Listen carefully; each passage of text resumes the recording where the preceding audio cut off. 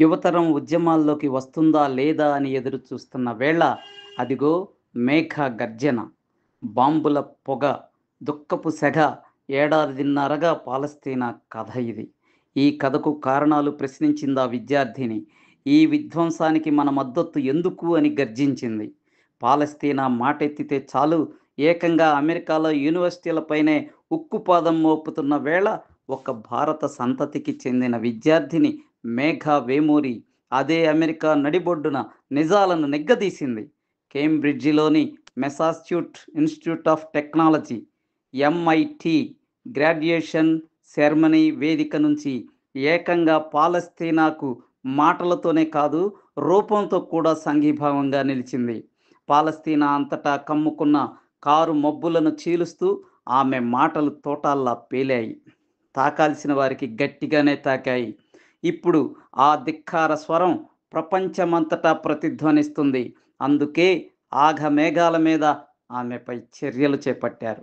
మన ముందు జరగకూడనివి, దుర్మార్గమైనవి జరుగుతున్నప్పుడు మౌనంగా ఎలా ఉండగలం? మౌనంగా ఉండి మనుషులం ఎలా కాగలం?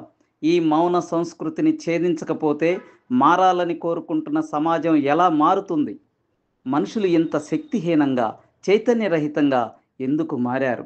ఇదే రేపు మనకు ఎదురైతే మనదాకా వచ్చినప్పుడు ఎవరుంటారు? ఎవరు వింటారు? మనల్ని మనం వెన్నుపై చరుచుకొని మెలకువ తెచ్చుకోవాల్సిన సమయం ఇది. మేఘ గర్జన మనల్ని మేలుకొలుపుతుందా? పాలస్తీనా ప్రజలపై ఇజ్రాయెల్ దాడికి అమెరికా మాత్రమే కాదు, మన యూనివర్సిటీ కూడా సాయం చేస్తుందని, దాన్ని ప్రోత్సహిస్తుందని అంటూ ఆమె కామెంట్స్ కమెన్స్మెంట్ సెరమనీ వేదికగా కుండబద్దలు కొట్టింది. ఏమాత్రం బెరుకు లేకుండా ఎంఐటి విద్యార్థులు స్వేచ్ఛాయుత పాలస్తీనా కోరుకుంటున్నారు. ఒక జాతి విధ్వంసాన్ని విద్యార్థులెవరూ సహించలేరు. మా జీవితాలను శాస్త్రవేత్తలుగా, ఇంజనీర్లుగా, విద్యార్థులుగా, నాయకులుగా తీర్చిదిద్దుకుంటాం. అలాగే ఆయుధ నిషేధానికి పిలుపునిచ్చేందుకు కూడా మేము అంతే కట్టుబడి ఉన్నాం అని ఆమె ఉద్ఘాటించింది.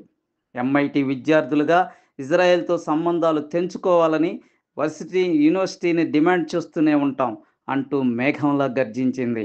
అమెరికా ఇజ్రాయెల్ విద్యా సంస్థల ద్వంద్వ స్వభావాన్ని ఈ మెగా ప్రపంచం ముందు ఎండగట్టింది. క్రమక్రమంగా కోల్పోతున్న ప్రపంచ ఆధిపత్యాన్ని తిరిగి పొందటానికి అమెరికా అధ్యక్షుడు బరి తెగించి విపరీత చర్యలు తీసుకుంటుంటే, అదే గడ్డపై నిలిచి అమెరికా విద్యాలయాల పరిశోధనలు ఇజ్రాయెల్ హింసోన్మాదాన్ని ఎలా సహకరిస్తున్నాయో ఎలుగెత్తి ప్రపంచానికి చాటింది. విశ్వగురు అని చెప్పుకు తిరిగే మన దేశ నాయకులు సైతం జీ హుజూర్ అంటూ సాగిలపడిన ఆ కొండనే ఆమె ఢీ కొట్టింది. తన వ్యక్తిగత భవిష్యత్తును ఫణంగా పెట్టి మరీ ఆమె ఈ సాహసానికి పూనుకుంది. ప్రస్తుతం అమెరికా వ్యాప్తంగా విద్యా సంస్థలపై అనిశ్చిత చీకట్లు కమ్ముకుంటున్నాయన్నది బహిరంగ రహస్యం. తర్వాత ఏం జరుగుతుందని అందరి మనసుల్లోనూ ప్రశ్నలకు ఆమె ప్రతిరూపమై ధ్వనిస్తుంది. విద్యాలయాల్లో భిన్న దృక్పథాలు, ప్రశ్నించే తత్వం లేకుండా విజ్ఞానం వికసించదు. కళ్ళెదుటే జరుగుతున్న దుర్మార్గాలను, అన్యాయాలను, వాటి మూలాలను పరిశోధించటం, తమ అభిప్రాయాలు స్పష్టంగా ప్రకటించటం విద్యకు ఉండాల్సిన ప్రాథమిక లక్షణాలని మెగా చెప్పింది. అదే నేడు ఆచరణలో చూపింది. ఈ మాత్రపు ప్రశ్నను కూడా ప్రపంచంలోని అనేక మంది దేశాధినేతలు, వారి అనుయాయులు సహించలేకపోవటం, వణికిపోవటం వారి భయాందోళనలనే సూచిస్తుంది.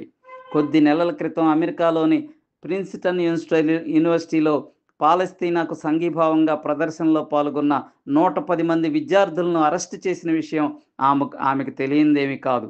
అయినా వెరవకుండా ఉన్నటువంటి ధీర వనిత ఆమె. ఏటికి ఎదురెళ్ళేవాళ్ళు ఏటికి ఎదురేదేవాళ్ళు కొందరే ఉంటారు.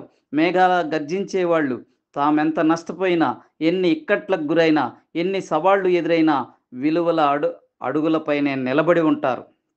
అలాంటి వారు అరుదుగా కనిపించవచ్చు. కానీ అలాంటి వాళ్లే నేడు సమాజానికి అవసరం. తను వేదికపై తెలిపింది నిరసన కాదు, నిజాన్ని అని మరింత గట్టిగా చెబుతుంది. ఒక జాతిని సంపూర్ణంగా నాశనం చేయాలనే జినోసైడ్ జోనోసైడ్లో పాలు పంచుకునే సంస్థ వేదికపై నేను నడవటానికి కూడా ఇష్టపడటం లేదని ఆమె సూటిగా చెప్పింది. ప్రశ్నించటం రాని చదువుకు పదునుండదు. సత్యం ధ్వనించని శబ్దంలో శక్తి ఉండదు. కాబట్టే స్వేచ్ఛా స్వరాలు తమ దారిని తాము వెతుక్కుంటాయి. ముళ్ళు రాళ్ళు ఎన్నున్నా ముందుకు పోయే అడుగులవుతాయి. అలాంటి అడుగే 'Megha Vemuri'. Hats off to 'Megha Vemuri'. ఈ ఈనాటి యువతరానికి మెగా 'మేఘా వేమూరి' ఆదర్శం.